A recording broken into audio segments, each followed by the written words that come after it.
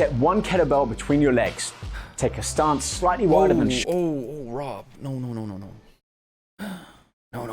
He's rocking the 32, you see? See, that's what heavyweights do, my man. Oh, no.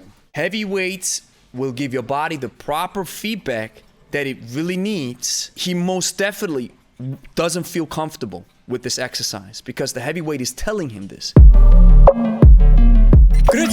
Gregory from Lebe here. Welcome to our Kettlebell Coach review series. In these videos, I review, give my opinion, and share constructive feedback about popular kettlebell workouts as well as popular kettlebell coaches. If you have anyone that I should react to that is kettlebell related, then let me know in the comments. If this is your first time on our YouTube channel, we're about all things kettlebell. We have been certified by accredited kettlebell institutions, and we work with people in real life to help them discover the power and the potential of kettlebell training. I'm very passionate about the kettlebell, so if I am a little bit critical, it's not about bashing the coach. It's all about giving you an educational perspective on kettlebell training. Rob Richards had something to say about the kettlebell. He was requested in the comment section multiple times.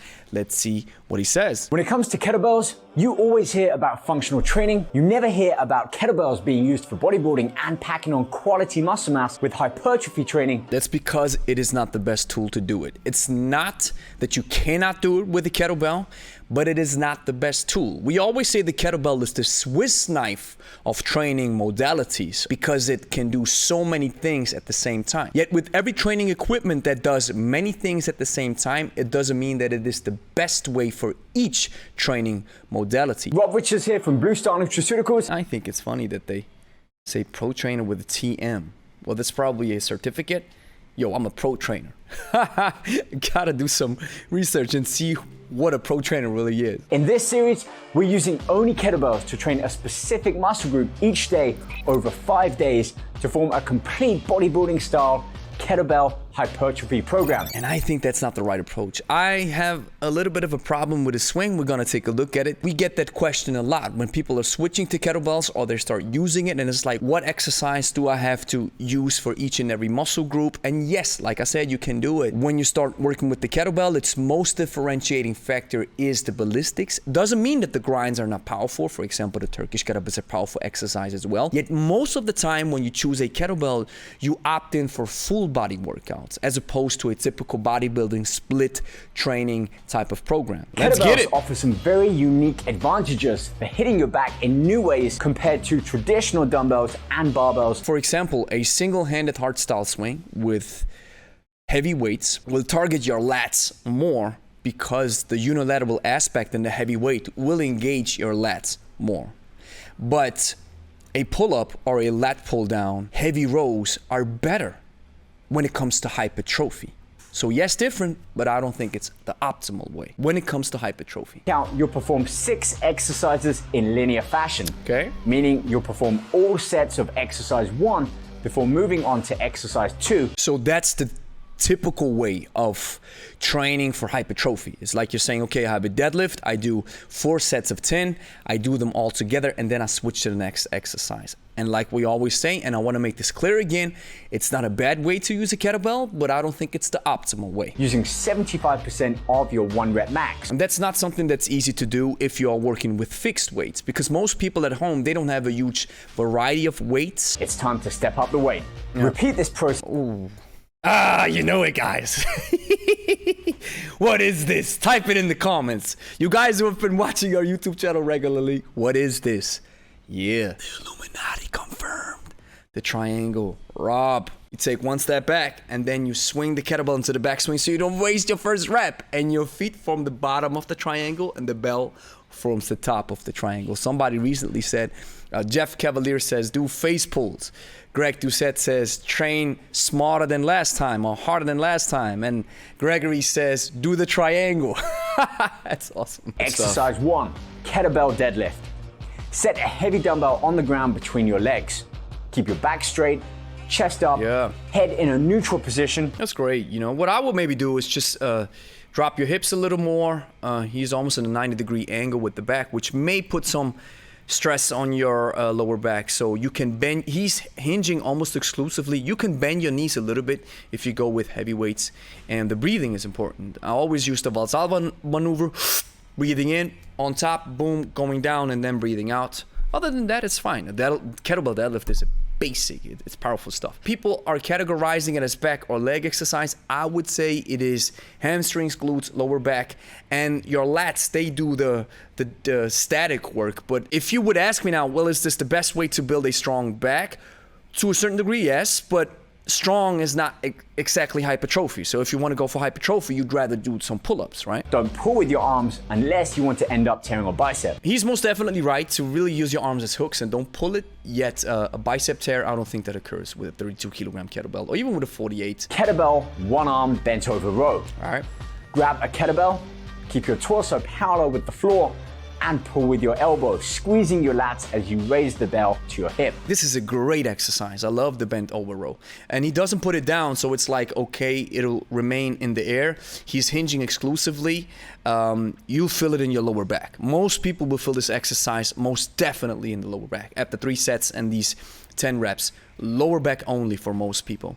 And that's why I would say if you have a bench, put your knee on the bench so that your lower back can get some relaxation, and then a dumbbell would be a better way to do it. Even though we could say, you know, the kettlebell pulls everything down because of its shape and the weight distribution. So there could even be some merit to say, well, for a row where the weight continually pulls down in a straight line could be a great way to actually do a row, but most people will have problems with their lower back. All right, Jibs. Exercise 3, kettlebell alternative one-arm swing.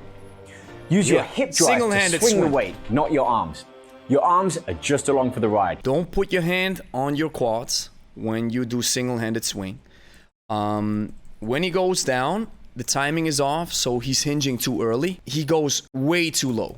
It's almost a little bit of a squat. I'm not saying that you're not going to do this. If you do a hardstyle swing with very heavy weights, your knee will start bending. We call it a hinge with bent knees because the gravitational pull will be way higher if you have heavier weights. And then your knees have to bend and your quads have to do some work because the gravity pulls everything down in a straight line, right? He says, yeah, it's hand-to-hand swing, right? Yeah, now I'm getting it. And timing is something that you have to work with. It's not easy to do. You see, the weight drops. He's already engaging in hinge. So his arms are still taking the brunt of the weight. He still uses a lot of arm dominant movement. I don't see the hip is extending, yes, but it's not working as intended. So he uses a lot of his arms. The ballistics are the most differentiating factor. Then you always see if somebody really understands how kettlebell training is supposed to feel like and if the person is a kettlebell expert. So another thing that we could say is a hand-to-hand swing. This is not a back exercise. Not in my book. This is a posterior chain exercise of your legs, so hamstrings, glutes, and lower back. Heavier weights, yes, but other than that, you really have to keep your arms fairly loose, especially with the hand-to-hand swing and the hybrid motion or the hybrid swing, how we do it. You won't have a lot of engagement with your lats. Your arms are fairly relaxed, and your hips do 95% of the work. So I wouldn't qualify this as a back exercise. Kettlebell gorilla rows. Yeah. Set up two kettlebells between your legs. Feet about shoulder width. Keep your knees out and hinge at your hips until you can reach the bell. Maybe try to bend your knees a little more, give your lower back some relaxation, and keep the weight a little bit closer, even though I like the gorilla rows, don't get me wrong. And I think that's a great back exercise. It's a great exercise in general. A lot of people will feel it in the lower back because we have 30 or 36 reps and 75% lower back will burn. Most definitely in most cases. Kettlebell swing. Set one kettlebell between your legs. Take a stance slightly wider than... Rob. No. He's rocking the 32, you see? See, that's what heavy weights do, my man. Oh, no. Heavy weights will give your body the proper feedback that it really needs. He most definitely doesn't feel comfortable with this exercise because the heavy weight is telling him this. So let's check it out. As you can see, the hip is not fully extended, knees are not extended. So the most important takeaway point when I talk about timing is always the same.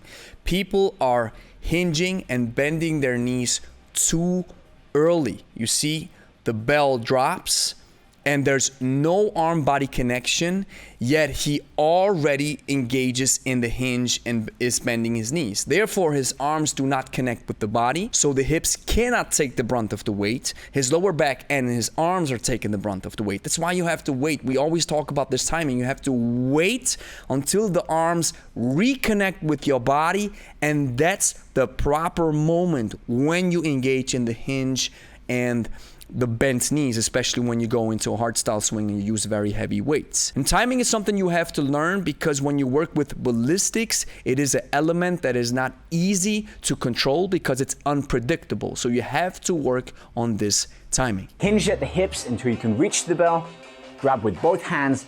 See, that's typical. That's typical for bodybuilders when they start swinging, or folks who never touched kettlebells. Physique guys who think, okay, I have to use the 32 kilogram kettlebell, and then you see their arms look like it's most dominantly arm work.